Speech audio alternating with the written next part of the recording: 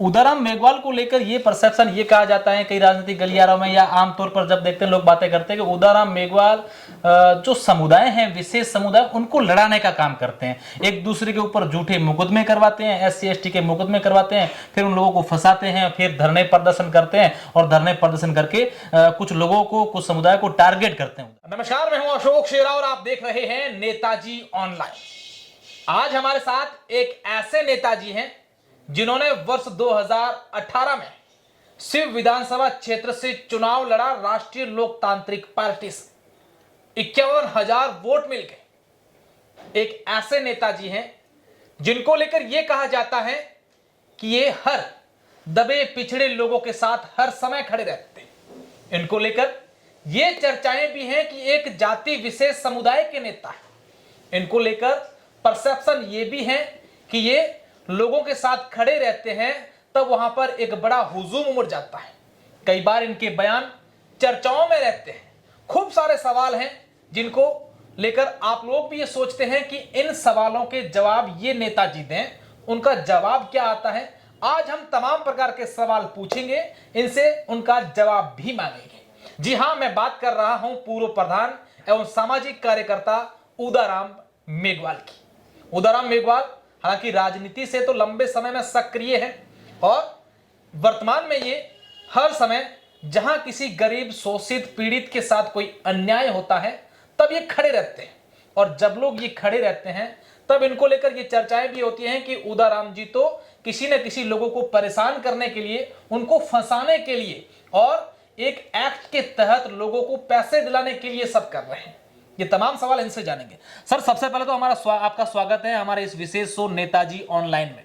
Thanks. Netaji, चुनाव आ रहे हैं, कैसी तैयारी चल रही है? पहला सवाल तो चुनावों को लेकर ही करेंगे कि उसके बाद खूब सारे सवाल करेंगे। देखिए, मैं एक सामाजिक कार्यकर्ता हूं और ये डेमोक्रेसी पूरा प्रजातांत्रिक देश है। सामाजिक कार्यकर्ता होने के साथ साथ राजनीति में भागीदारी बहुत ज़रूरी है।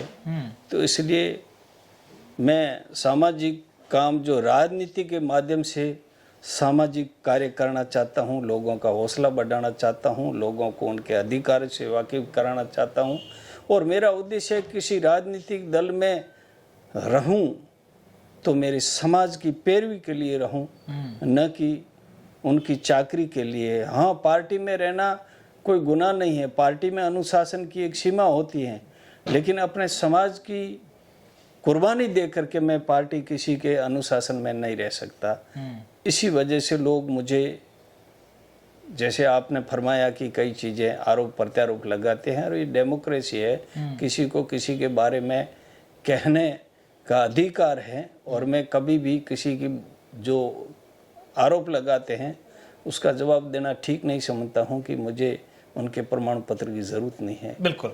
उदाराम जी, 2018 में जब आप चुनाव लड़े थे, हालांकि उससे पहले आप एक पार्टी से जुड़े हुए थे, वहां से प्रधान भी थे, फिर आप 2018 में राष्ट्रीय लोकतांत्रिक पार्टी का आपने दामन थाम लिया, वहां से चुनाव लड़ा, 51,000 लोगों ने आपको वोट भी दे दिए और उसके बाद आपने उस पार्टी को छोड़ दिया, आप उस पार्टी से अलग हो गए। उसके बाद ये चर्चाएं थी कि उदाराम जी अब भाजपा नेताओं के नजदीक हैं, उनसे नजदीकियां हैं, क्योंकि आप पूर्व CM से, वसुंधरा राजे से भी मुलाकात करके आए। उसके बाद से ये चर्चाएं थी कि अब उदाराम जी कहीं ना कहीं कांग्रेस में जाने वाले हैं, कई बार दूसरी पार्टी के भी नाम आते हैं। आखिर उदाराम जी इस बार रुख किस तरफ है, कौन सी पार्टी की तरफ ज्यादा झुकाव लग रहा है उदाराम जी का? देखिए, मेरा किसी विशेष राजनीतिक पार्टी से झुकाव नहीं है, मेरा अच्छे लोगों से है।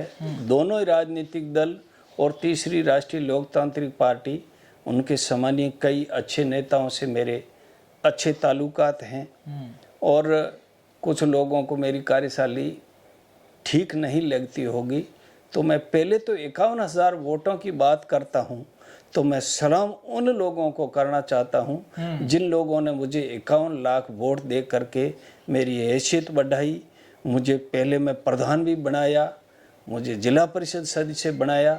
तो जिस वर्ग में विशेष करके सामान्य जाट समुदाय का मैं हमेशा ऋणी रहूँगा कि उन्होंने मुझे हर वक्त, और विशेष करके सामान्य सीट पे जो 51,000 का आंकड़ा, उसमें मेरे बहुजन समाज का बहुत बड़ा योगदान रहा, जिनके लिए मैं लड़ा हूँ, जिसके लिए दुनिया से दुश्मनी ली है, रिस्क ली है, लेकिन सामान्य जाट समाज ने जिसने 2 युवकों की मेरे लिए कुर्बानी दे करके और मुझे 51,000 तक पहुंचाया, और हनुमान जी का भी आशीर्वाद रहा, तो ऐसी स्थिति में मैं उनको सलाम करते हुए बात कहना चाहता हूं कि मैंने हमेशा मेरे समाज को महत्व दिया। इतना सारा उस पार्टी ने मुझे प्रदेश उपाध्यक्ष बनाया, जिला अध्यक्ष बनाया, लेकिन एक बात पर टकराव हुआ, वो हुआ सामाजिक बात को लेकर के।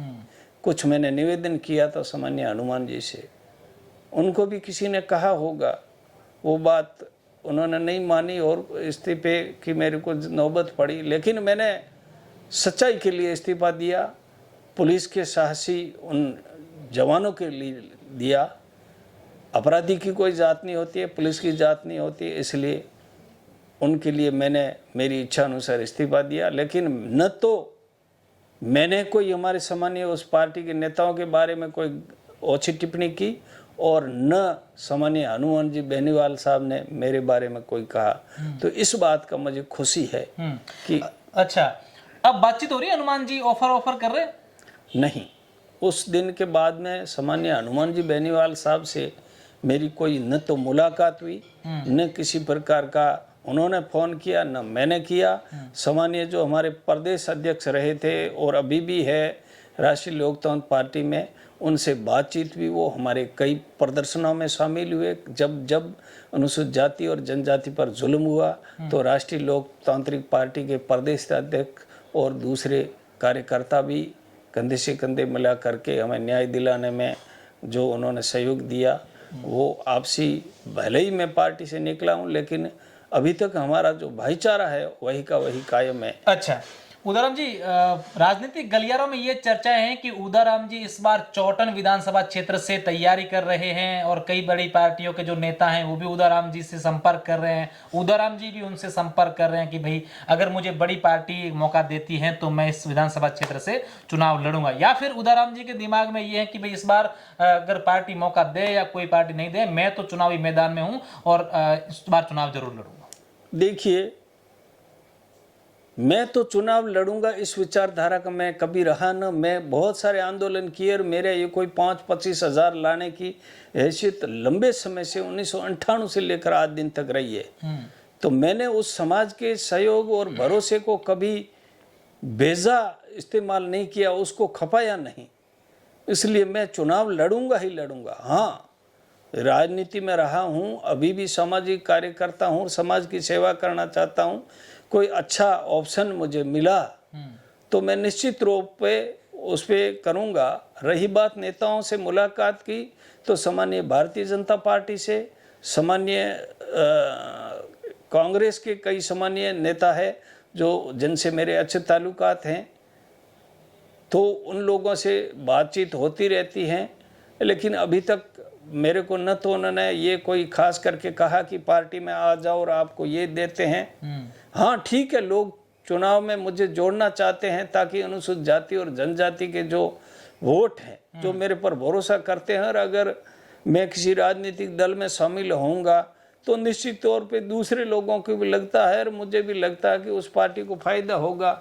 लेकिन मैं कुछ मुझे मिलेगा वो मैं समाज के दूंगा, लेकिन बना कोई मुझे हक अधिकार मिले तो मुझसे बेहतर मुझे ये लग रहा है कि मैं सामाजिक कार्यकर्ता बना रहूं और समाज का भरोसा मेरे पर रहे, और किसी पार्टी में नहीं गया तो मैं एक सामाजिक कार्यकर्ता के रूप में, देश में बहुत सारे लोग हैं अपना वजूद बनाए हुए हैं, उसी तरह से मैं काम करता रहूंगा। और कोई अच्छा आदमी होगा पार्टी की बजाय, जो अच्छा इंसान होगा, तो उसका सपोर्ट कर देंगे। मांगेंगे तो, नहीं मांगेंगे तो मैं सामाजिक काम करूंगा। बाबा साहब के विचारों पर, ज्योतिबा फूले, साहू अम्बेडकर, फातिमा शेख, एपीजे अब्दुल कलाम, ऐसे महापुरुषों के जो बताए हुए रास्ते पर चल करके सामाजिक कार्य करूंगा। नशा मुक्ति कराऊंगा, लोगों को पढ़ने का दूंगा, बच्चियों को पढ़ाने का, इस तरीके का मेडिकल कॉलेज में, और यहाँ जो पीड़ित आते हैं, जो बीमार आते हैं, उन लोगों की सेवा करना मेरा उद्देश्य है। करता रहूंगा। उदाराम जी, आप कह रहे हैं कि कोई सहयोग मांगेगा या फिर पार्टी कहेगी, ये बात तो तय है कि उदाराम जी जब चुनावी मैदान में जाते हैं तो भले भले नेताओं का समीकरण बिगाड़ देते हैं। इस बार तो ऐसा मूड नहीं है।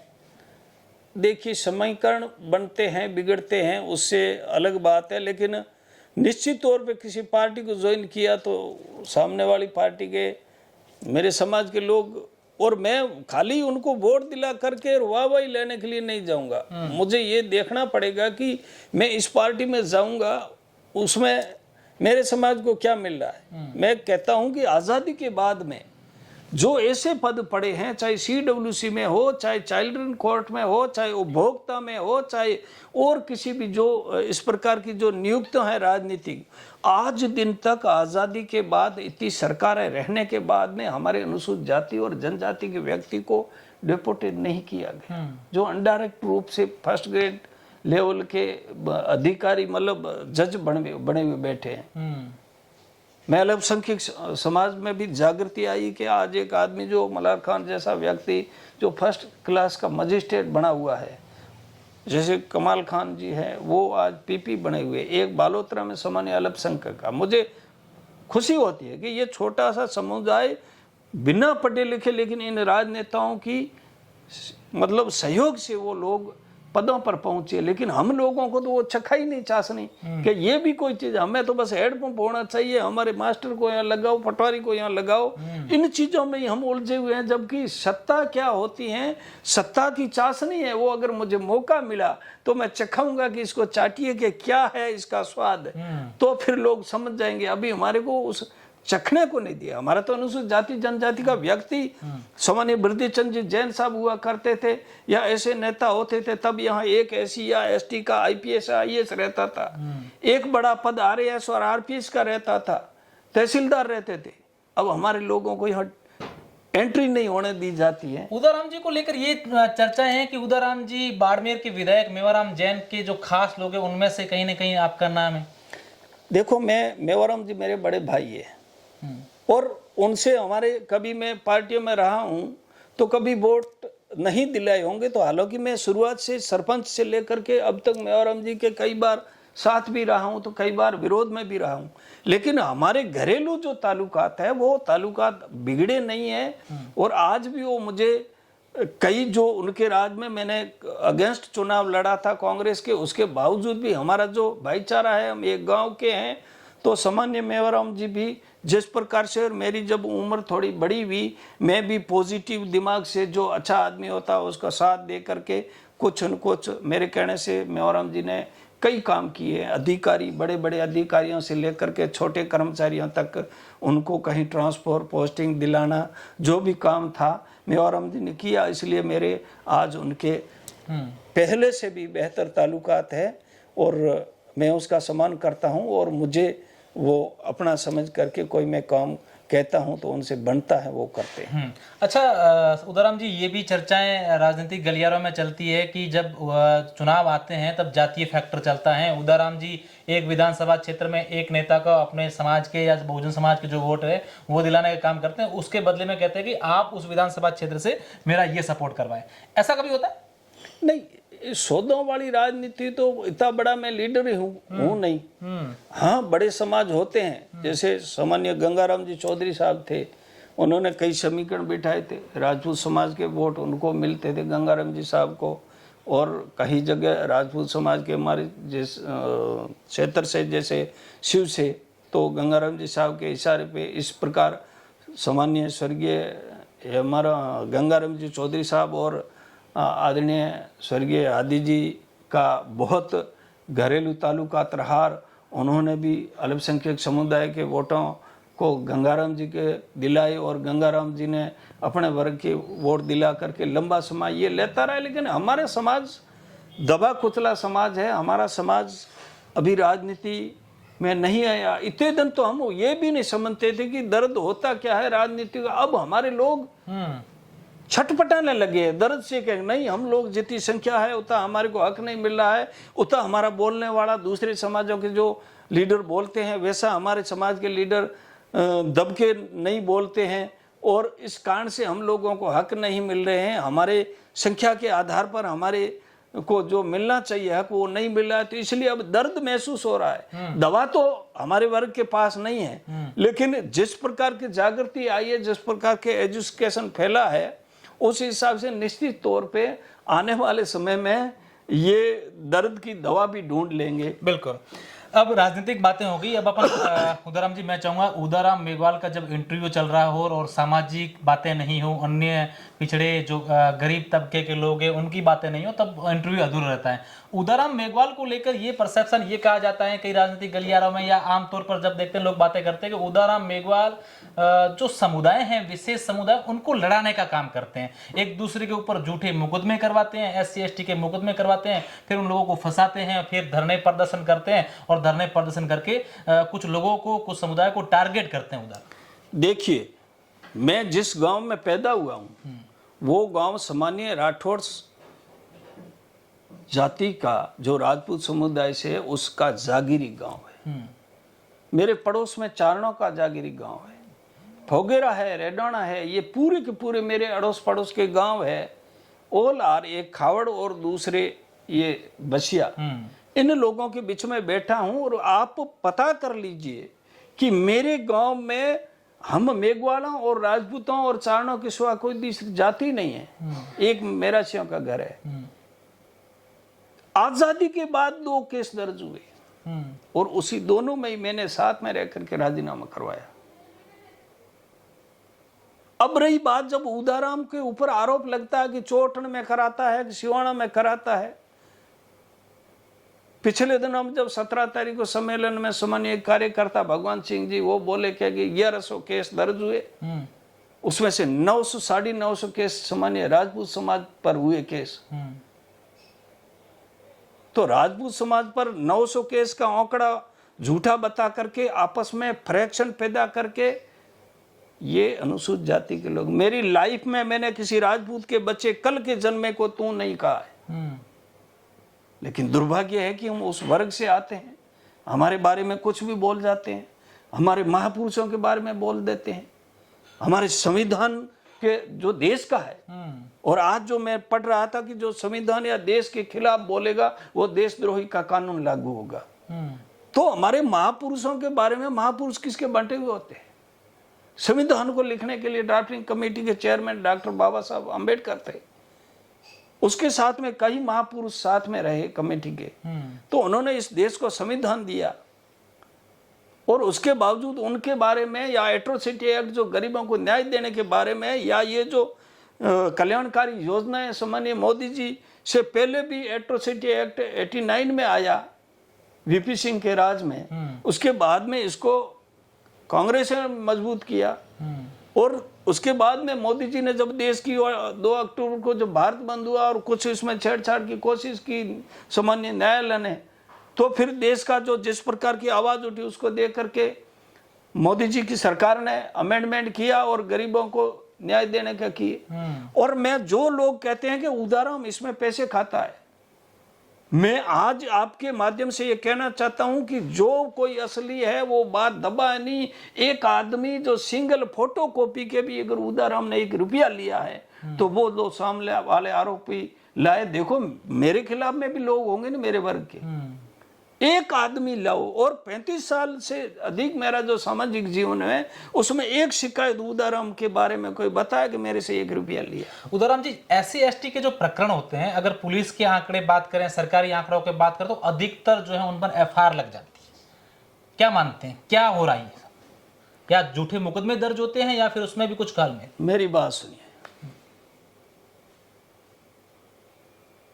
झूठे मुकदमों के बारे में जो बात है नहीं, हो सकता है झूठा कोई मुकदमा है तो वहां स्वर्ण जाति के कोई भी किसी जाति के आपसी की लड़ाई में, और कोई गुलाम है SC ST का, तो उसके माध्यम से एक को सीधा करने के लिए दूसरे पर करा सकते हैं।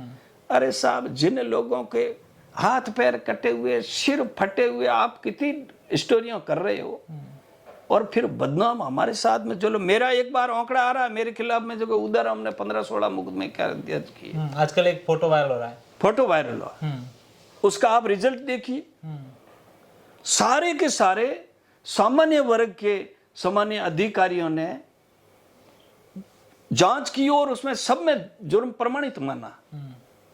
ये कोई नहीं कहता कि उदाराम के साथ में इतनी एट्रोसिटी हुई, इतना अत्याचार हुआ। नहीं, उदाराम झूठा कर रहा है।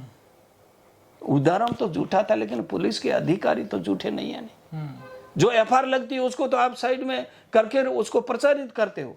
और रही बात एफआईआर की, तो मोमेरो बिया और मां परोसन वाली, ये सारे के सारे जो उच्च वर्ग के अधिकारी और लोकल जो लगाते हैं, वो भेदभाव करके अनुसूचित जाति के मामलों में बिल्कुल गलत एफआईआर देते हैं। चालान कहां करते? एट्रोसिटी एक्ट आया था तब किसी व्यक्ति को कहा कि सार्वजनिक स्थान पर गाली दे दी, तो वो किसी व्यक्ति ने गवाह दे दी, तो इतने निष्पक्ष अधिकारी थे कि उन्होंने उसमें चालान किया। अब तो कहता था कि गाली कैसे दी, बता तेरे क्या लगा। अरे मेरे को उन्होंने शब्दों से अपमानित किया, तो अब शब्दों वाली कुछ नहीं, या तो वीडियो लाओ या उसके चोटा हो। वो तो आईपीसी का जुर्म है। जो आदमी के ऊपर वार करता है, चाहे किसी भी स्वर्ण जाति का व्यक्ति स्वर्ण पे करे या एसी का एसी भी करे, या एसी के ऊपर कोई स्वर्ण का करे या एसी वाला स्वर्ण पे करे, वो तो आईपीसी का जुर्म है। जो कोई हाथ से करना या कोई चोट करना एससी एसटी एट्रोसिटी एक्ट का अपमान से संबंध में है। और उसमें सरकार कोई किसी की सिफारिश के बगैर उनको देती है सहायता, और मोदी जी की सरकार ने किया है। पहले भी मिलती थी सहायता। लेकिन मुझे ये बताएं, और ये जो मैं इसके पीछे मोटे रूप से आपके शब्द का ये कहता हूं कि मोमे का विवाह होता है, मां परोसने वाली होती है, और ये अपराधी जनरल वाले अधिकारियों की सह पर वो लगता है कि मेरा बेटा है और मैं उससे एफआईआर लगा दूंगा, और उनके कमाई का जरिया है एट्रोसिटी एक्ट और हमारा शरीर। हम मार खाते हैं, वो पैसे खाते हैं। उदाराम जी से मेरा सीधा सवाल है, क्या आज भी एट्रोसिटी एक्ट का दुरुपयोग कुछ लोग करते हैं? मैं 100% नहीं कहता हूं कि इसमें बिल्कुल जीरो ही नहीं होता है। दुरुपयोग करते हैं तो ये जनरल वाले, मैंने कहा ना, किसी एसी वाले को आग करके आपस में होता है, तो ऐसे भी 1-8% होंगे जो दूसरे, और मैं नाम नहीं बताना, मैंने देखे हैं। मेरे इस दरवाजे पर झूठा आदमी कोई एंट्री नहीं कर सकता मेरी समाज का। अच्छे बुरे तो होते हैं लोग, लेकिन एक भी आदमी जो मुझे जानते हुए मैं कि इस आदमी ने सामान्य गैर अनुसूचित जाति के व्यक्ति के खिलाफ में झूठा केस किया है, उसकी मैंने जानते हुए कभी पैरवी नहीं। उदाराम मेघवाल को सुरक्षा गार्ड रखने की क्यों जरूरत पड़ेगी? अब ये तो बात सार्वजनिक है, तो उसके लिए किन किन लोगों ने चुनौतियां दी। हालांकि वो ये भी कहते हैं कि गार्ड रखने से वो अभी जो मुस्लिम एक एमपी मारा गया था, वो भी मारा गया। इस देश की सामान्य हमारी प्रधानमंत्री इंदिरा गांधी भी, उनका इतना गार्ड होने के बाद में, और भी मुख्यमंत्री और देश के बड़े बड़े नेता जो मारे गए, जिनकी हत्याएं कर ली गई, तो उदाराम भी कोई, अगर कोई मौत आ गई, तो मुझे ये तय लगता है कि मौत एक दिन आनी है और आएगी। कुछ लोग कहते हैं कि हम फलाने को मारेंगे, मैं समझता हूं कि वो सोचते हैं कि हम फलाने को मारेंगे, उनके हाथ में मौत है, लेकिन उनकी भी हाथ, किसी के हाथ में मौत है। डेली एक्सीडेंट में मरते हैं, आत्महत्या करके मरते हैं, बहुत सारे लोग दुर्घटना से मरते हैं, तो मौत तो आनी है। रही बात सावधानी बरतने के लिए, जिस प्रकार की इन्होंने चुनौतियां दी, जिस प्रकार के पूरे वर्ग के लोगों को, युवाओं को जो उकसाने का काम किया लोगों ने, उस वजह से मुझे मेरे समाज ने कहा कि नहीं, कोई कुछ करेगा नहीं करेगा, लेकिन सावधानी नहीं। मुझे किसी ने कहा कि हथियार मांग लो आप, मैंने कहा हथियार नहीं मांगना है, मौत तो आनी है। अगर समाज के लिए लड़ता हुआ मारा जाऊंगा, तो मेरी कौम को ये निर्देश या एक मिलेगी मिसाल कि लड़ता हुआ मारा गया, और लड़ते हुए मारे जाते हैं तो उनके आने वाली जो औलाद है वो भी उनका बदला लेगी नहीं लेगी, लेकिन दुश्मन को पहचान लेगी। लेकिन जो जीते जी मर जाएंगे, उनकी आने वाली औलाद गुलाम होगी। तो इसलिए सही बात के लिए संघर्ष करना हमने बाबा साहब और महापुरुषों से सीखा है। अच्छा और करेंगे। अच्छा, मेरा उदाराम जी से आखिरी सवाल है। उदाराम मेघवाल जब एक अपील करते हैं कि ये चीज है और इस संख्या में कल ये है और इकट्ठा होना है, एक आवाज पर हजारों की संख्या में लोग इकट्ठा हो जाते हैं। क्या क्रेज है उदाराम मेघवाल का लोगों को? उदाराम मेघवाल का कोई क्रेज नहीं है। ये उदाराम मेघवाल जब भी समाज की आफत आती है तो कई मेरे सरीखे कार्यकर्ता, उनकी आवाज भी साथ में रहती है। अकेले उदाराम की आवाज, हाँ, उसमें सबसे अगुआ मैं रहता हूं तो हमारे समाज को भरोसा रहता है कि ये बिकने वाले लोग नहीं। हमारे जिला कलेक्टर साहब जो अभी स्थानांतरित होकर के चले गए, एसपी साहब विराजमान है, कोजाराम प्रकरण में कई बातें हुई, अच्छे अधिकारी है, उन्होंने भी कहा कि ये वो कर दो, लेकिन मैंने इसलिए नहीं माना कि मैं ओबलाइज करने के लिए मेरे समाज का अहित करके या किसी पीड़ित का अहित करके किसी अधिकारी को राजी करने का काम नहीं कर रहा हूं। और ये मैंने एक देखी है जो मैं महसूस का कहना भी नहीं चाहिए लेकिन कह देता हूं, उस बात से प्रशासन के लोग अभी भी मुझे नाराज है, वरिष्ठ लोग जो जिले के, और कभी उनको कहते ही सुना गया तो मैं अभी जाता ही नहीं हूं कि इन गरीबों की दुआ बद्दुआ लगेगी तुम्हारे को। मैं तो पैरवी खुले में अभी बहुत कम मजबूरी भी तो करूंगा, नहीं तो तुम अपनी मूंछ को ऊंची रखो, इस वर्ग को दबाओ और बिल्कुल करना हो जो करो, क्योंकि हमारे हाथ में नहीं है। जनरल के सारे अधिकारी हैं, ऐसी का कोई मांगेगा तो लोग जलते हैं कि बेटा ये मानता ही नहीं है। अरे मानूंगा कैसे, मेरे भाई की लाश पड़ी है, मैं मानूंगा आपकी बात? उसको न्याय नहीं मिलना चाहिए? और उसके बाद में दूसरे लोग इस तरीके से खुली धमकियां देते, उनके खिलाफ तो कार्रवाई नहीं होती। तो फिर भी जरूरत पड़ी तो हम न्याय तो वहीं मांगेंगे जहां हमारा संविधान कह रहा है, उसी पुलिस से हम मांगेंगे। चलो घूम फिर कर एक बात पर आते हैं। उदाराम जी मेघवाल को इस बार चुनावी मैदान में देखा जाएगा? ये अभी मुझे भी पता नहीं है। अच्छा। लेकिन कोई अवसर आएगा, कोई पार्टी सम्मानजनक मुझे लेगी और मुझे कुछ ऐसी जगह फिट करेगी जिससे मैं मेरे समाज की आवाज को अभी सड़क पर रह करके जो लड़ाई लड़ रहा हूं दुखी हो करके, तो मैं ये चाहूंगा कि मैं उस प्रजातांत्रिक सिस्टम से कोई काबिल जगह पहुंच जाऊं तो मैं मेरी समाज की सेवा इससे बेहतर तरीके से कर सकता हूं और उनको एहसास करा सकता हूं कि जो लोग दबते हैं नहीं वो आवाज कैसे। और मुझसे काफी लोगों को भय ये भी है, भय है या कुछ भी है, लेकिन ये समाज की बात आएगी ये मानेगा नहीं और मैं वास्तव में भी नहीं मानूंगा। समाज पर जुल्म आएगा तो मेरे पास कुछ होगा देने के लिए समाज को कानून के दायरे में, तो वो मैं देने के लिए पैदा हुआ हूं, या करके जाएंगे या मर के जाएंगे। निश्चित रूप से बड़ी बेबाकी से तमाम सवालों के जवाब उदाराम मेघवाल ने दिए और ये देखने वाली बात होगी कि वर्ष 2023 के जो विधानसभा चुनाव है, क्योंकि हर कोई व्यक्ति यही जानना चाह रहा है, हालांकि उदाराम जी ने अपने पत्ते अभी तक साफ तौर पर खोले नहीं है, लेकिन क्या विधानसभा चुनाव में उदाराम मेघवाल चुनावी मैदान में होंगे और किस राजनीतिक दल का साथ देंगे, ये भविष्य के गर्भ में है। बहुत बहुत शुक्रिया, धन्यवाद।